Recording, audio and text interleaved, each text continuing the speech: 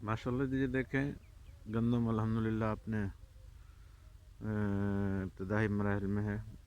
कुछ अर्सा पहले जो है ना 20 दिन पहले गंदम का बीज डाला था। आज अल्हम्दुलिल्लाह गंदम अच्छी हो रही है, ऊपर से धुंध भी पड़ रही है जो कि गंदम के लिए बहुत ही फ़ायदेमंद है। और तकरीबन 150 या 100 मीटर के हद है, हद के बाद जो है ना नज़र नहीं जा रही।